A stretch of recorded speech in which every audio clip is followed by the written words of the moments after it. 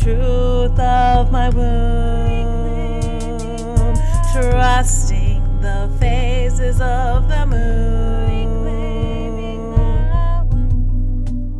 Hello and welcome to this week's episode of the Healing Her Story podcast. My name is Riva Jean-Paul. I'm a trauma-informed somatic practitioner, menstrual cycle coach, interdisciplinary artist, and host for your show. Today we are going to be syncing up with the new moon, and I'm very excited to be tapping into this new moon. Working with the new moon is a wonderful and powerful way to cultivate more feminine energy. And it also can really help us to create more harmony and sustainability in our very fast-paced and busy world. Before we explore the new moon energy and how to work with it, let's take a minute of silence. In this minute of silence, you are encouraged and invited to tune into your inner world, and maybe allowing the breath to support you in doing that. Taking a moment here to notice where you are in your inner rhythm. How is your body feeling today? How is your mind feeling today? How is your heart feeling today? Taking that minute of silence now.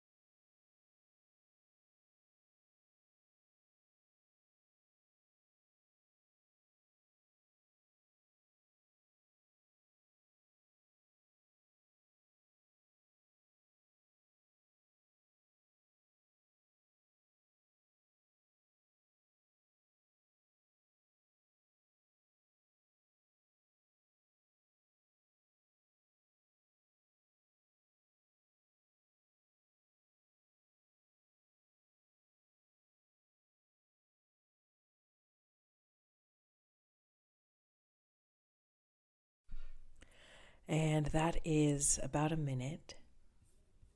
I hope that you found that even just minute of silence a little bit helpful or supportive or perhaps insightful. I find in these moments of pause, even if it's just brief pause, it can give me a lot of clarity and insight as to where I want to focus my energy. And that is exactly what the new moon does for us. It gives us this opportunity to check in, to feel into what is alive in our hearts, in our bodies, and we can set intentions to work with that aliveness or to follow that aliveness over the next 4 weeks. And so if you haven't yet this new moon, I invite you to take a little bit of time and to take a little bit of space to sense into what is wanting to move through you, what is wanting to be expressed through you. To support you in doing that, I have a new moon breathwork meditation over on Insight Timer, and you can find the link for that in the show notes.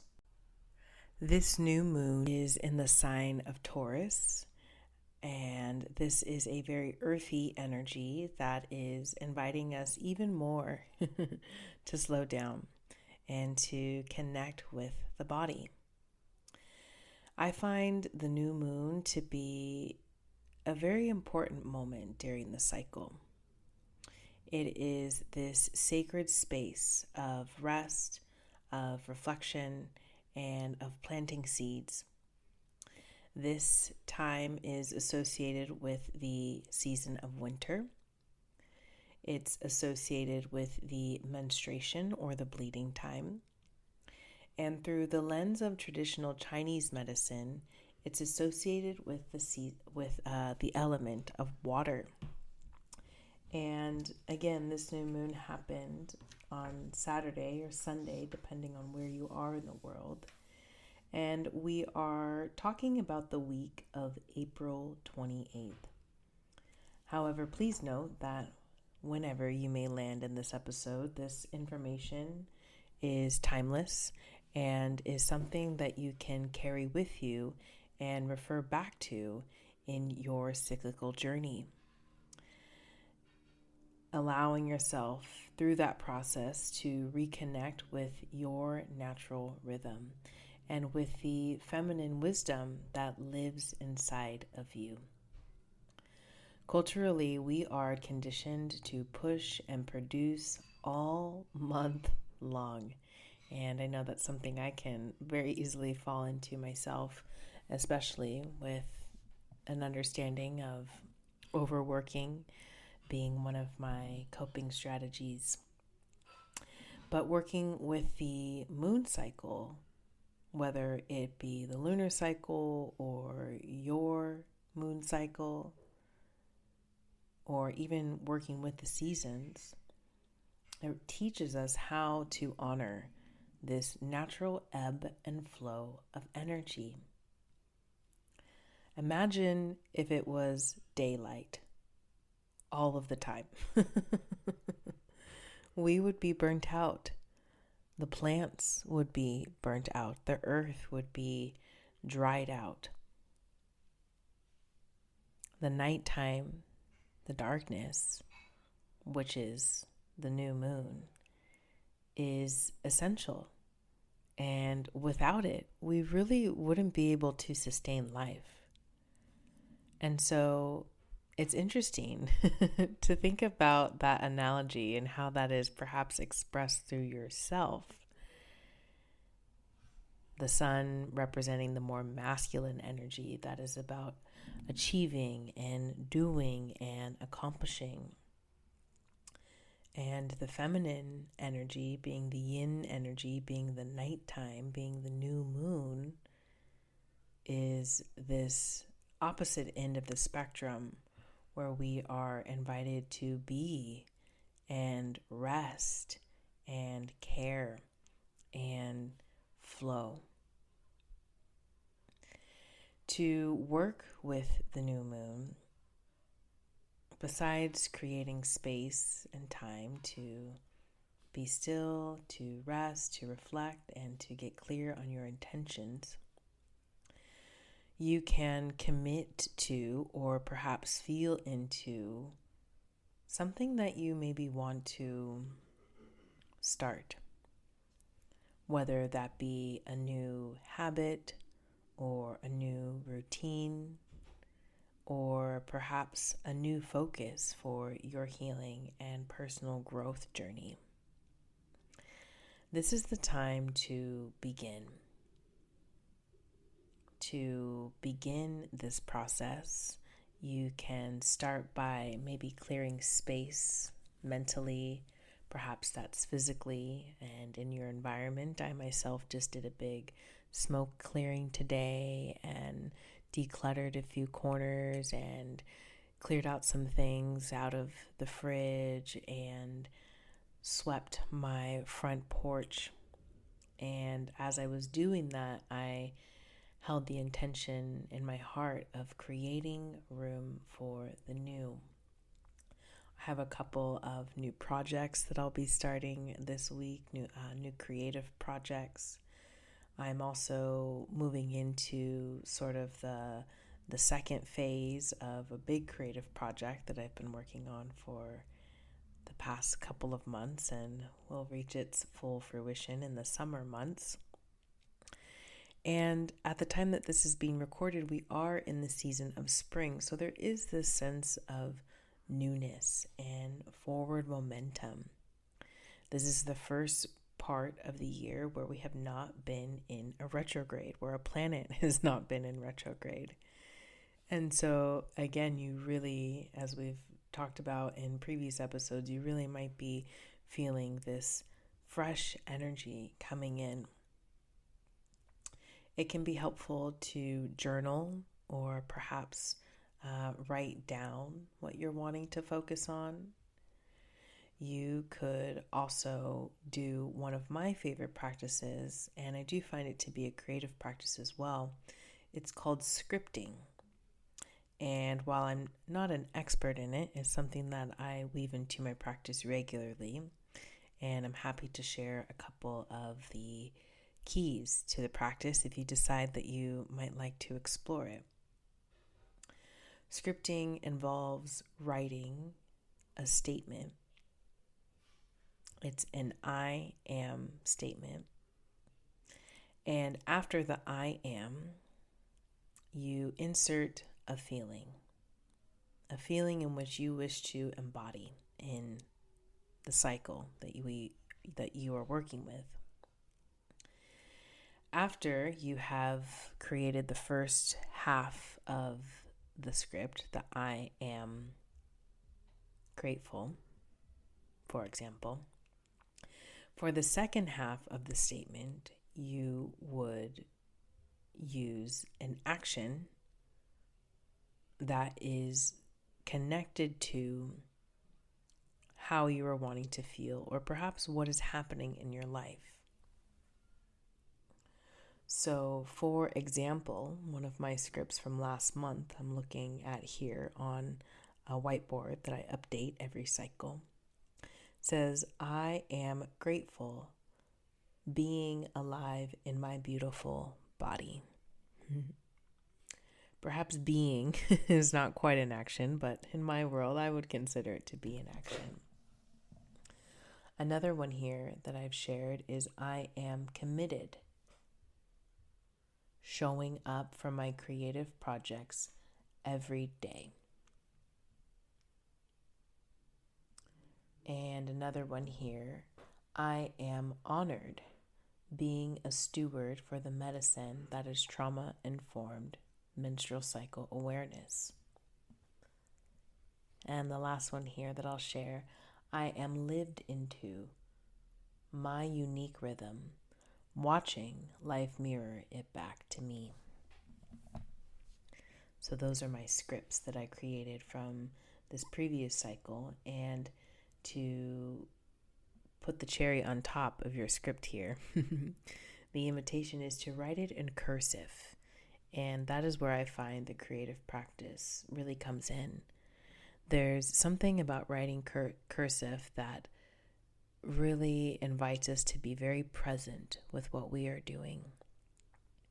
Rather than rushing through, we are invited to slow down and ensure that we're making the right loops and the right lines that correspond with the letter that we're wanting to write. And so there is this extra engagement of perhaps the right brain as you are using the left brain to create the statement. So it's this beautiful dance between the right and the left sides of the brain, which also mirrors this beautiful connection between the masculine and the feminine, or maybe the yin and the yang.